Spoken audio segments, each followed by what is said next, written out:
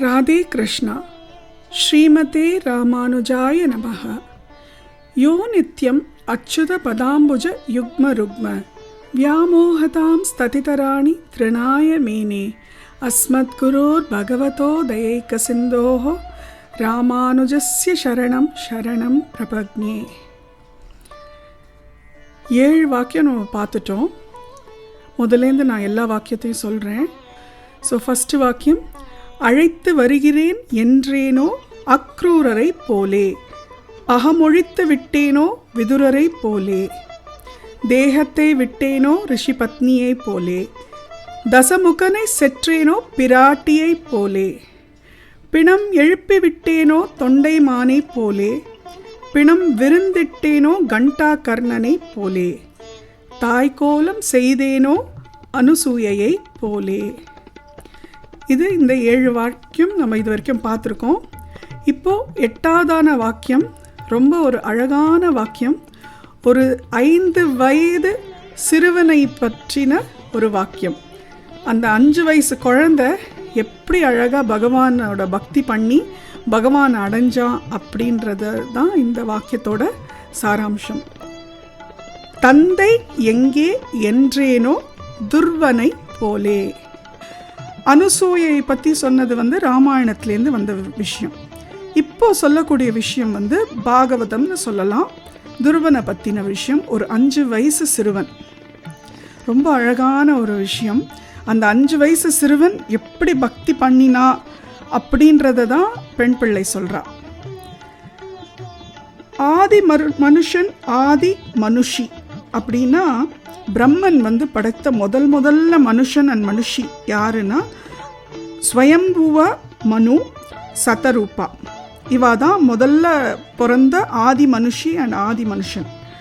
So இவாளுக்கு பிறந்த 2 புத்திரர்கள் உத்தானபாதன் அண்ட் பிரியவிரதன். உத்தானபாதன் அப்படின்ற மகாராஜாவுக்கு பிறந்த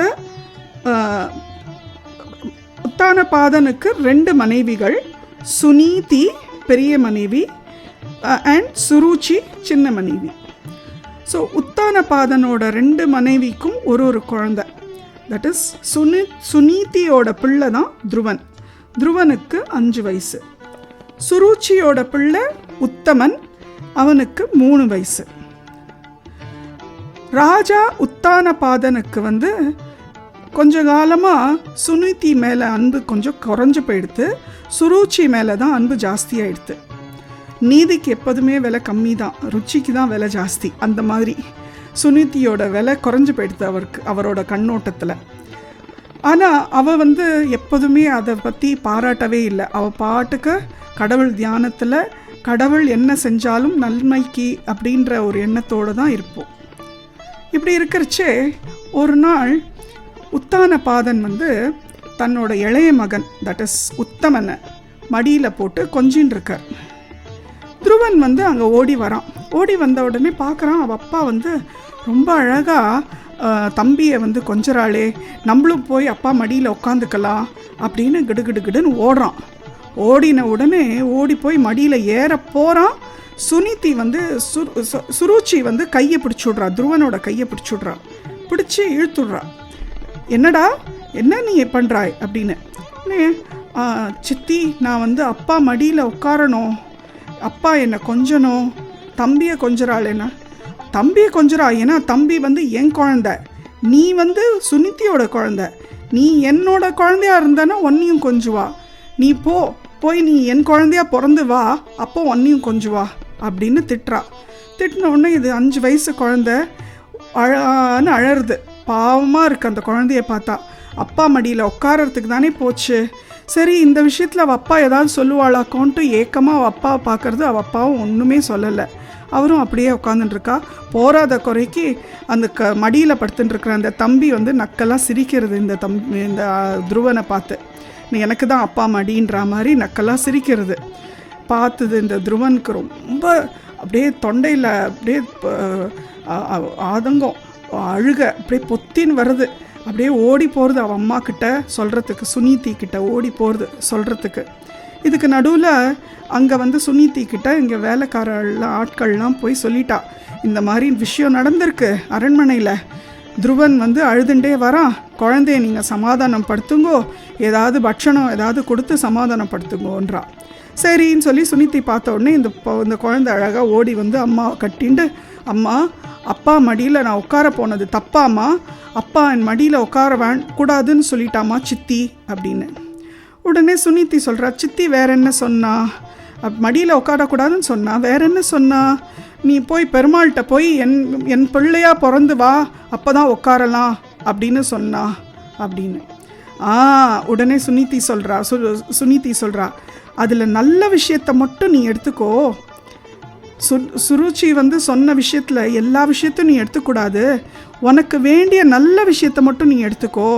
என்ன நல்ல விஷயமா இதில், உட்காரக்கூடாதுன்னு சொன்னது நல்ல விஷயமா அப்படின்னா, இல்லையே, அடுத்த வாக்கியம் சொன்னால்ல, பகவான்கிட்ட போய் நீ போய் என் மகனாக பிறந்து வான்னு சொன்னால்ல, பகவான்கிட்ட போன்னு சொல்லி சொன்னால்ல, நமக்கெல்லாம் பெரிய தந்தையே பகவான் தான். அந்த பகவான் தான் நமக்கு எல்லாருக்குமே அருள் அளிக்கிறார், அருள் அளிக்கக்கூடியவர். ஸோ நீ அவர்கிட்ட தான் நீ போய் கேட்கணும், அவர் தான் நமக்கு தந்தை. இந்த அப்போ என்ன உத்தானபாதன் என் அப்பா இல்லையாமான், உத்தானபாதன் உன் அப்பா தான், உன்னோட சரீரத்துக்கு உத்தானபாதன் தான் அப்பா. ஆனால் உனக்கு ஒரு ஆத்மா இருக்குது, உனக்குள்ள ஒரு ஆத்மா இருக்குது. அந்த ஆத்மாவுக்கு தந்தை யார், அந்த ஹரி தான். ஹரி, விஷ்ணு, வாசுதேவா அப்படின்னு என்ன வேணால் சொல்லலாம், கோவிந்தா அப்படின்னு சொல்லலாம்.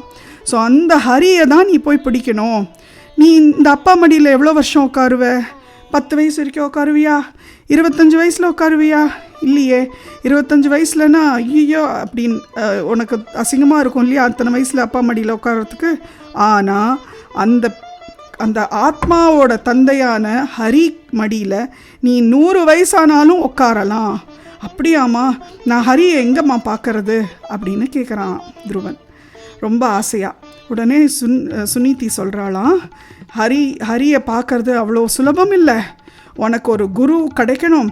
குரு கிடைச்சா குரு மூலயமா ஹரி கிடைப்பார்.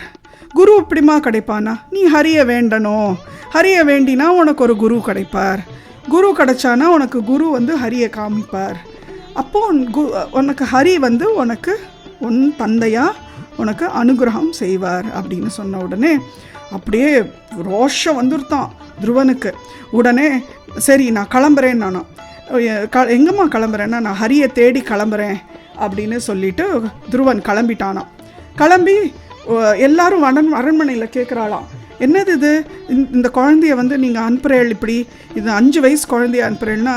உடனே சுனிதி சொல்கிறாளாம், அந்த குழந்தைக்கு வைராகியம் வரணும், அந்த குழந்தை கடவுளை பார்க்கணும், பகவானை தேடுற அந்த பக்குவம் அந்த குழந்தைக்கு வரணும், மனுஷால பார்க்குற பக்குவம் இருக்கக்கூடாது, பகவானை தேடுற பக்குவம் வரணும். அதனால அந்த குழந்தை போகட்டும்னு போகட்டும் துருவன் சொல்கிறான். அப்பேற்பட்ட ஒரு திருடமான ஒரு மனசு உள்ளவ சுனிதி. இந்த குழந்தையும் கிளம்புறதான், கிளம்பி போயிட்டே இருக்கான். எங்கே தேடுறது, ஹரி எங்கே தேடுறதுன்னு பார்த்துட்டே போகிறதான். எதிர்க்க ஹரிக்கு பார்க்குறாராம், சின்ன குழந்தை வருதே தேடின்னு நம்மளன்னு பார்த்துட்டு நாரதரை அனுப்பிச்சுட்றாராம். நாரதரும் வந்துட்டு என் குழந்தை நீ எங்கே போயின்னு இருக்க அப்படின்னோடனே, நான் ஹரியை தேடி போகிறேன் அப்படின்னு சொல்கிறதான். ஹரியா, அது ரொம்ப கஷ்டமாச்சே, ஒன்னாலெல்லாம் ஹரியை அவ்வளோ ஈஸியாக சுலபமாக அடைய முடியாதே அப்படின்னா, இல்லை என்னால் முடியும், எங்கே போய் தேடணும்னு மட்டும் சொல்லுங்கோ, இல்லைன்னு உங்களால் சொல்ல முடியலையா, நீங்கள் போங்கோ, நான் என் வழியை பார்த்து போகிறேன் அப்படிங்கிறதான். உடனே நாரதர் வந்து சிரிச்சிட்டு, இல்லை நீ வந்து ஹரியை போய் உட்காந்து தியானம் பண்ணு, உனக்கு ஹரி தெரிவார் அப்படின்னு சொல்லிட்டு ஓம் நமோ பகவதே வாசுதேவாய அப்படின்னு உபதேச மந்திரம் பண்ணிட்டாராம். அந்த மந்திரம் உபதேசம் பண்ணிவிட்டு, இந்த மந்திரத்தை சொல்லி நீ ஹரியை வந்து கூப்பிடு, நீ இந்த மாதிரி ஹரியை கூப்பிட்டேன்னா ஹரி வந்துடுவார் அப்படின்னு சொல்லி அனுப்புகிறாராம். இன்னும் இந்த குழந்தையும் அழகாக போகிறதான், போய் உட்காந்து ஓம் நமோ பகவதே வாசுதேவாய, ஓம் நமோ பகவதே வாசுதேவாய, ஓம் நமோ பகவதே வாசுதேவாயன்னு சொல்கிறதான். முதல் மாதம் 3 நாளைக்கு ஒரு தடவை தான் ஆகாரம் சாப்பிட்றதான். ஃபுல்லாக அந்த ஹரி இந்த ஜபத்தையே பண்ணிட்டு இருக்கான். அடுத்த மாதம் 6 நாளைக்கு ஒரு தடவை தான் ஆகாரம், அதுக்கு அடுத்த மாதம் 9 நாளைக்கு ஒரு தடவை தான் அந்த ஆகாரம், 4வது மாதம் ஆகாரமே இல்லை, வெறும் காற்றை தான் ஆகாரமாக எடுத்துக்கிறதான் அந்த குழந்தை. 5வது மாதம் ஹரியே பார்த்தாராம், இந்த குழந்தை இப்படி கட்டோர தபஸ் பண்ணுறதே அப்படின்ட்டு மனசுக்குள்ளே அந்த ஹரியோட அந்த உருவத்தை வந்து மனசுக்குள்ளே காட்சி அழிச்சுட்டாராம் துருவனுக்கு. துருவனோட மனசுக்குள்ளே அந்த ஹரியை பார்த்துட்டானாம். ஆனால் அந்த தப்பஸை விடாமல் துருவன் பண்ணிகிட்டே இருந்தானா. ஓம் நமோ பகவதே வாசுதேவாய, ஓம் நமோ பகவதே வாசுதேவாயன்னு தப்பஸ் பண்ணிகிட்டே இருந்தானா. அப்போ உடனே பெருமாள் பார்த்தாலாம். பெருமாள் பிரத்யக்ஷமாக துருவன் வந்து நிற்கிறாராம். ஆனால் இந்த குழந்தை கண்ணை திறக்கலையாம், தப்பஸ் கண்டினியூ பண்ணிகிட்டே இருக்கான். அப்போ உடனே பகவான் பார்த்தாராம், இந்த குழந்தைய வந்து நம்ம எப்படி பார்க்க வைக்கிறது அப்படின்ட்டு உள்ளே இருக்கிற அந்த பகவானை மறைச்சிட்டாராம். மறைச்ச உடனே துருவன் வந்து அப்படியே ஷாக் ஆயிட்டானாம். என்னது இது, உள்ளே இருந்த பகவானை காணுமே அப்படின்னு சொல்லிட்டு டக்குன்னு அப்படி கண்ணை திறந்து பார்த்தா எதிர்க்க உள்ளே இருந்த அதே உருவம், அதே பகவான் வெள்ளை பிரத்யக்ஷமாக அஜானுபாவமாக காட்சி கொடுத்துட்டாராம். அதே மாதிரி காட்சி கொடுத்துட்டாராம். கொடுத்த உடனே இந்த குழந்தைக்கு அவ்வளோ ஒரு சந்தோஷமாக அவர் கையில் இருந்த சங்கு பாஞ்சஜன்யம் அதை வச்சு அழகாக கன்னத்தில் தடவி கொடுக்குறாராம் துருவனுக்கு. தடவி கொடுத்துட்டு 36,000 வருஷம் நீ நன்னா ஆண்டு நீ வந்து துருவத்தாரையா அழகாக பிரகாசமாக நீ இருப்பாய், ஒளிவுடன் இருப்பாய் அப்படின்னு சொல்லி ஆசீர்வாதம் பண்ணாராம் துருவனுக்கு. அந்த மாதிரி ஒரு 5 வயசு குழந்தை அவள் அப்பா மடியில் உட்கார முடியலன்னு அந்த வைராக்கியத்தோடு நம்ம பகவானை பார்த்து நம்ம பகவானோட ஆசையை பெறணும் அப்படின்னு வந்து 5 மாதம் கட்டோர தபஸ் பண்ணி அழகாக பகவானை அடைஞ்சு பகவானோட அருள் பெற்று அந்த துருவனை தான் இந்த பெண் பிள்ளை கம்பேர் பண்ணுறா. ஸோ அப்போது அவள் சொல்கிறா, இந்த மாதிரி நான் வந்து இந்த வைத்தமாநிதி கோவிலில் என்னால் தபஸ் பண்ணி பெருமாளை வந்து என்னால் அடைய முடியும்னு எனக்கு அந்த நம்பிக்கை இல்லையே, எனக்கு அந்த மாதிரியான ஒரு மனப்பக்குவமோ அந்த மாதிரியான பக்தியோ இல்லையே, ஒரு 5 வயசுக்கு குழந்தைக்கு இருந்த பக்தி கூட அடியாளுக்கு இல்லையே சுவாமி, அடியாள் வந்து மொசல் புழுக்க சுவாமி, வரப்பில் கடந்தா என்ன வயலில் கடந்தா என்ன, என்னால் எந்த பிரயோஜனமும் இல்லை சுவாமி, அதனால தான் நான் இந்த ஊரை விட்டே போகிறேன் அப்படிங்கிறாளாம். ராமானுஜருக்கு மை சிலுத்து போயிடுத்தான். ஏன்னா துருவனை நினச்சா ராமானுஜருக்கு அவ்வளோ சந்தோஷமாக. ஏன்னா அந்த குழந்தை அப்படியே ஒரு பக்தி பண்ணி 5 மாதத்தில் கடவுளை அடைஞ்சிடுது இல்லையா, அந்த மாதிரியான பக்தியை வந்து ராமானுஜர் ரொம்ப மெச்சினாராம். அந்த மாதிரியான ஒரு விஷயத்தை வந்து பெண் பிள்ளை சொன்னதுக்கு பெண் பிள்ளை அப்படியே பார்த்து ரசிக்கிறாளாம். எப்படி அழகாக பேசுகிறா பாரு இந்த பெண் பிள்ளை அப்படின்னு. தந்தை எங்கே என்றேனோ துருவனை போலே. ராதே கிருஷ்ணா. ஸ்ரீமதே ராமானுஜாய நமஹ.